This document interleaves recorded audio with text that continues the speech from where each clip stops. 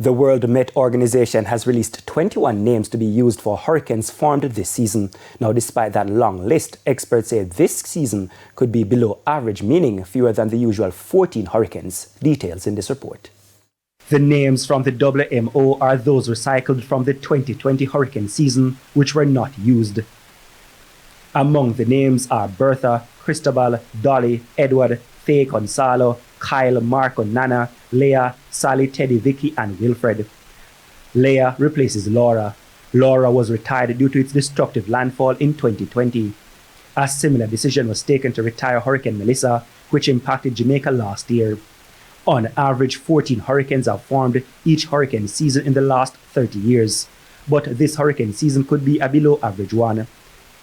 Experts say that a naturally occurring climate pattern known as El Niño is expected to reduce hurricane activity in the Atlantic this season.